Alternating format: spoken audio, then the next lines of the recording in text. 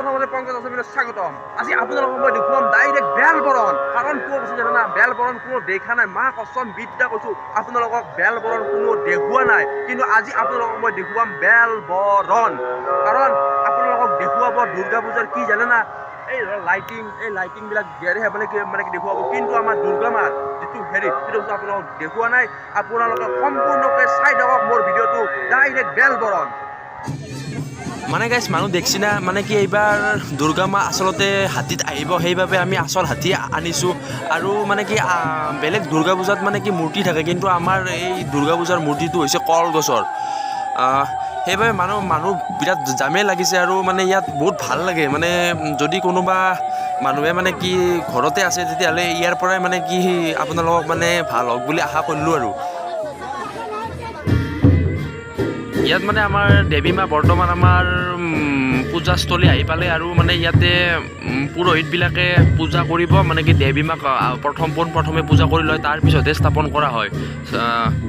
তো ভিডিঅ'টো সম্পূৰ্ণকৈ চাই থাককচোন। মই আৰু এতিয়া বেছিকৈ নকওঁ, আৰু যিহেতু মোৰ মানে কি অলপ এনে আৰু চাই থাককচোন ভিডিঅ'টো।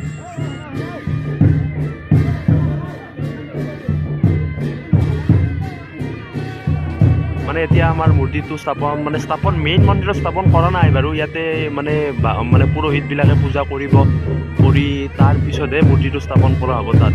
আগতে আপোনালোকক কৈছোঁৱে মই, কিন্তু ইয়াতে বেছি হাল্লা চাল্লা কৰি থাকিব নোৱাৰে না, কাৰণ পুৰোহিতবিলাকৰ অলপ দিহাৰিহে ডিষ্টাৰ্ব হয়। আপোনালোকে চাই থাককচোন। গাইছ, তাৰমানে আৰু ইয়াতে বেছি হাল্লা চাল্লা নকৰোঁ দিয়ক, কাৰণ পুৰোহিতে মন্ত্ৰ বুলি আছে। দক চবৰে যাতে ভাল হয়, আৰু এবাৰ অসমৰ মানুহ চবৰে যাতে ভাল হয়। দক চক।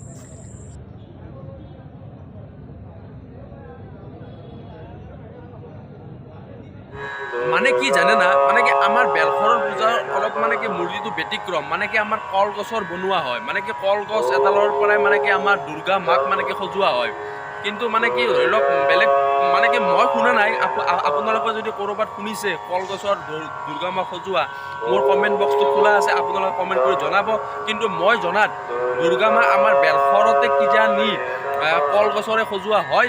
মানে গাইছ মই বহুত দুখিত, এইবাবে দুখিত কাৰণ কিয় আপোনালোকক মই যি ধৰণে ইন্ট্ৰটো দিছিলোঁ ভিডিঅ'টোত, কিন্তু মানে কি সেইভাৱে মই আপোনালোকক দেখুৱাব নোৱাৰিলোঁ। কাৰণ এইকাৰণে দেখুৱাব নোৱাৰিলোঁ, মানে কি আচলতে সেইবোৰ বস্তু কেমেৰাত দেখুওৱা বস্তু নহয়। মানে কি মোক বাধাও দিলে, মই ৰিকুৱেষ্ট কৰিছিলোঁ, কিন্তু সেইবিলাক নাপায়।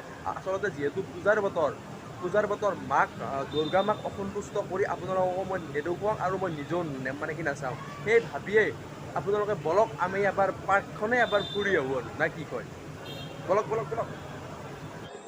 পাৰ্ক চক না, কি এটা মজা।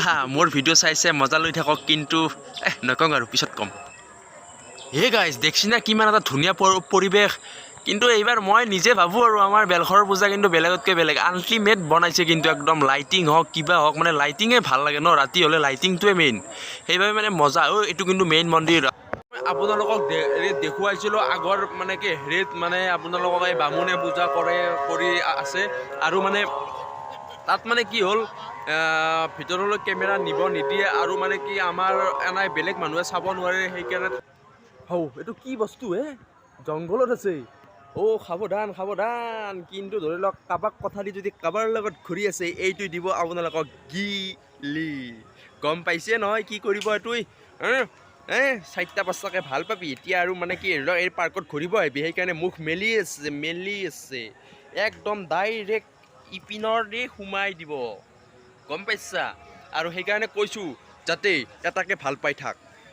মানে এতিয়া মানে বহুত ৰাতিয়ে হ'ল, মানে কি এতিয়া মিনিমাম মোৰ বাৰু বৰ্তমান ঘূৰি নাই হাতত বাৰু, কিন্তু মোটামুটি একদম বিদ্যা কৈছোঁ দিয়ক, কিন্তু মিছা কথা কোৱা নাই, মোটামুটি 11টা 20 মান হ'ল।